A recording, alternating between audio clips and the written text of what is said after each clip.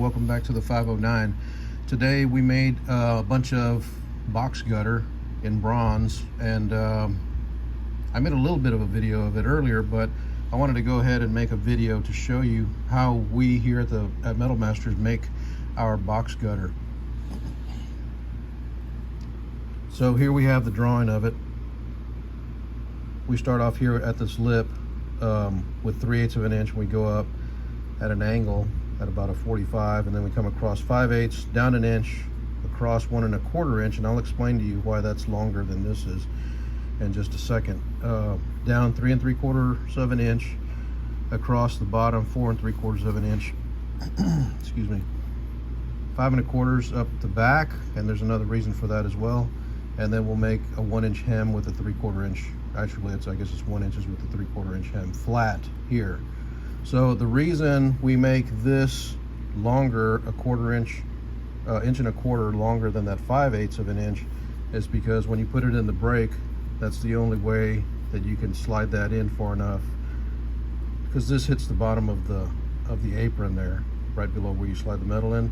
That'll hit the bottom of the apron upside down, and then this can only go in so far. So we found that 1 1/4 inch is just about right in order to put the blade down right on that corner to break this angle here.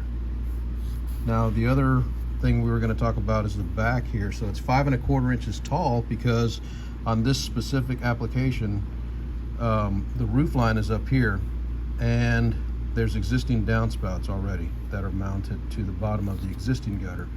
So when the old gutter is taken off and disposed of, we're going to come right back in with this gutter, which is the same exact height. It's a different design on the face, but it's the same exact height.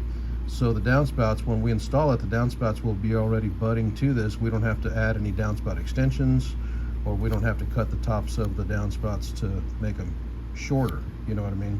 So this should theoretically fit right on there with no problem, and we should be good to go. Now, the other reason I am making this gutter in this design is because if you pay attention and look at the overall width of it, we're looking at 4 3/4 plus 1 1/4, so that comes out to 6 inches. So the reason I designed that is so we can use our trusty 6-inch hangers.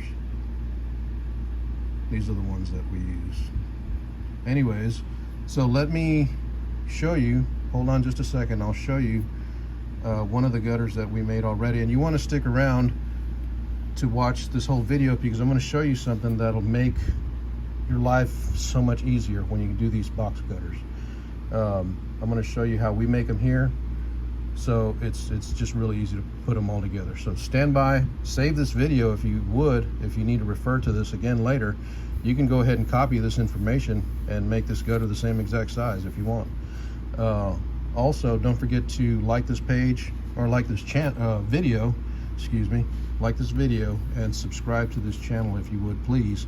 I would really appreciate it. So stand by, I'm going to show you a couple angles here. Okay, so we're back at the bench here, and this is the finished product. We made a whole bunch of them over here. Excuse me. We have about almost 220 feet to install, but this is the finished product here. So if you can see, we've got our hook right here for our hidden hanger, and then we've got our back here. So this is going to serve pretty much to support the whole gutter. So we'll slide it up underneath, and the roof panels, if you saw, there's another video that I made with some 7-inch gutter, and we made like an L bracket like this to put on the back of a 7-inch gutter to install onto a church that had a metal roof. So we slid it up, and then we went through the roof with some neoprene washered screws, and this is double thickness, so the screws were like number 14s or something, and they hold real well. So anyways, what we're going to do is we're going to put our pin hangers in here like this, and then we're going to fasten them to the back. Once we get the gutter up in the air, we'll fasten this through that into the ribs of the wall panels, and we'll make sure that this is all the way up first, and then we'll go ahead and fasten this about every 3.5 feet all the way down the line. Now this is where the big secret comes in, okay? I don't know if it's a secret or not, but this is what makes our lives hanging box gutter so much easier, okay? So what I do is, in this example, we make this, on this end over here, this is the standard size of those measurements that were on that paper over there. So this is that. Now, on this end over here, I made this, excuse my throat here, I'm kind of clearing my throat all the time, but we made this, as you can see, this has got a little bit of a downward angle to go underneath the roof slope. But anyways, what I was getting at is right here, this opening here on this end is a little bit smaller than that one is over there. On the paper it says 1 inch, and right here we took off about at least a good 1/16 of an inch on the height of this. Now this one we left the same, this one we left the same, this one here we took off another 1/16, maybe a fat 1/16, not quite an 1/8. And then this one here we also took off another fat 1/16 as well, from here to here. Not this, but from here to here. And that way, that gives you enough room to get one gutter and slide it into the other. Now what I do here is I go ahead and make a template like this, and you kind of have to plan to know which side you want to go on your right and your left. But as you can see, I draw it all out with markers, and then, you know, I measure it. I make all the measurements, and as you can see, it says original. So this original size is that side over there. And then this other one, I put smaller size, and that's this side over here. So now every time you lap these, you're gonna slide this end into that end, and just like, you know, the laps, we want the laps facing that way because that's the way the traffic, walking traffic, is gonna be going this way. So you don't wanna see the laps, all right? So what I did was on here was I left these, this one right here, if you look at it with the square, just stick with me for one more minute. If you look at it with the square, these are the same, but this one here is a little bit shorter, see it? And then as you go down, of course, they're not gonna line up anymore, but if you were to take the measurements, you would see, like I was explaining to you over there, that this measurement is the same, which is the 1 1/4. This measurement is the same, which is the 3 3/4. This one is smaller than this one is here. No, I mean this one, I'm in reverse, I'm sorry. This one is smaller than this one here, which is the bottom. And then this one is the back, which this one is smaller than this. And then these two, well, now this is gonna be bigger, but it's not gonna matter because it's still below 1 inch.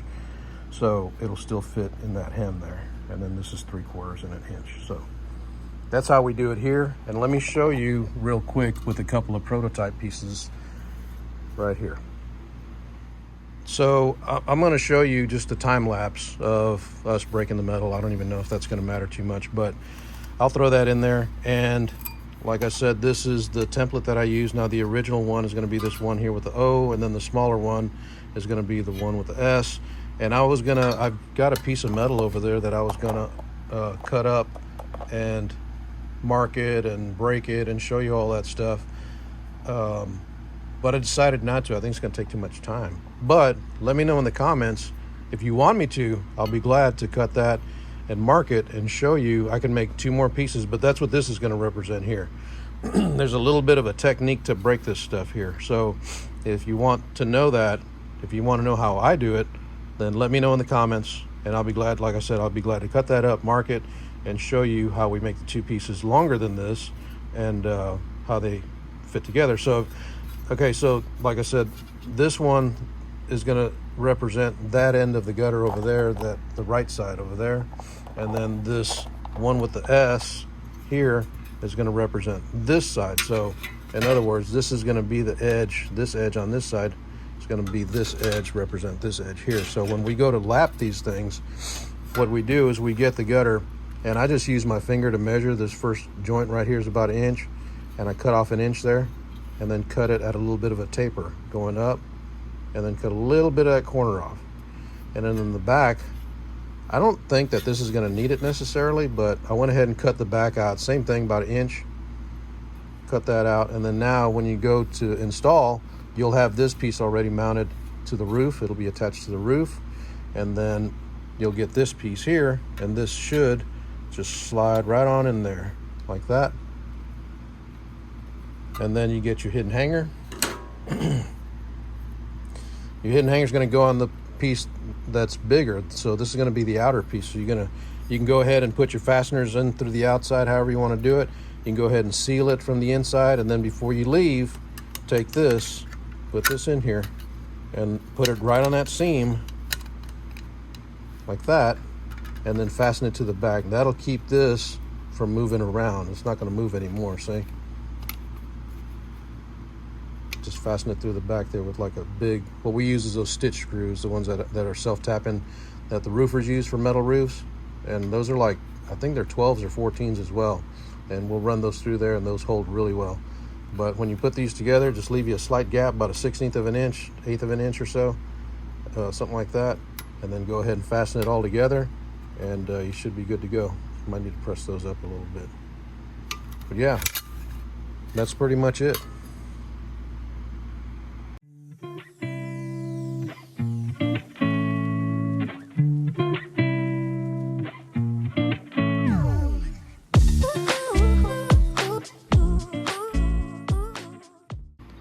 All right, y'all, so that's going to conclude this video. I hope you enjoyed it. I hope you saved this video. I hope you like it, and I hope you subscribe to this channel.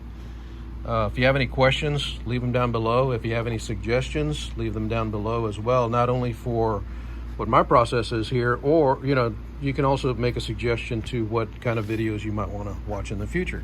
So just let me know, and we will see you back here at the 509. Y'all take care.